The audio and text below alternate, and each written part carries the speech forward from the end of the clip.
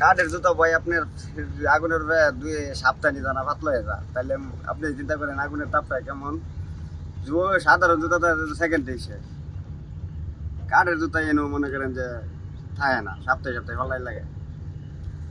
জুতা আরো 1.5 ইঞ্চি কাঠের জুতা আছেন, ওই গেছে 6 সুতা আগুনের তাপে।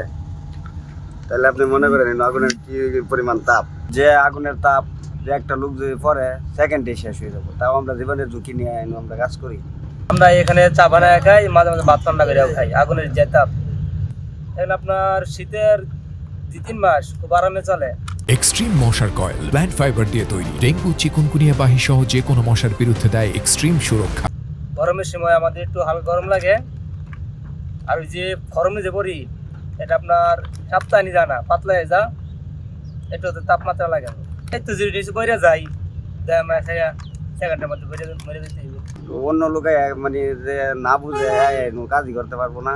আমগো সহ্য হয়ে গেছে, 10 বছর যাবত কাজ করি, আগুনে আমগর একটা সহ্য হয়ে গেছে, এই জন্য আমরা করতে পারি। সাধারণ নতুন লোকে কাজ করতে পারবো না। শীতের 3 মাস ভালোই চলে, গরমায় পড়লে আর আমগর একটু সমস্যা। তাপ বেশি, তাপমাত্রা কোলহেন জানা, রোদের তাপ, নিচে আগুনের তাপ। তারপরেও কষ্টে গরিব মানুষ, তাও কাজ করতে হয়।